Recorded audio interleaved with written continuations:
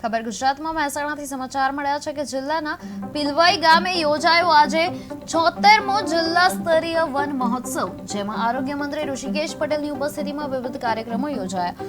શેઠ GC high school ખાતે યોજાયેલા આ વિશિષ્ટ કાર્યક્રમમાં મંત્રીએ પોતાના હસ્તે વૃક્ષારોપણ કરીને હરિત ગુજરાતના સંકલ્પને ઉર્જા આપી હતી। સાથે જ પર્યાવરણ અંગે જનજાગૃતિ માટે પર્યાવરણ સ્થાને પ્રસ્થાન પણ કરાવાયું હતું।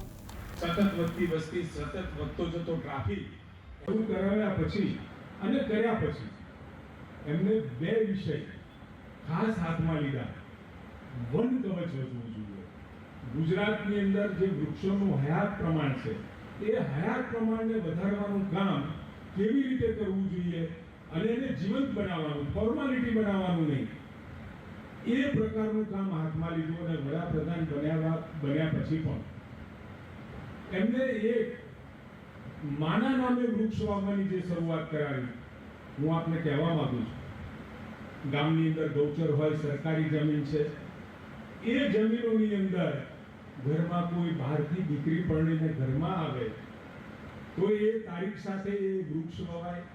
ઘરમાં કોઈ બાળકનો જન્મ થાય, દીકરો યા દીકરી, તો એ જગ્યામાં એક વૃક્ષનું વાવેતર થાય। અને ચિંતા કોને કરવાની? તો જેના ઘેર વહુ આવી છે, કન્યા આવી છે, એ ઘરે વૃક્ષની ચિંતા કરવાની। જેના ઘરની અંદર બાળકનો જન્મ થયો છે, બાળકની ચિંતા કરે।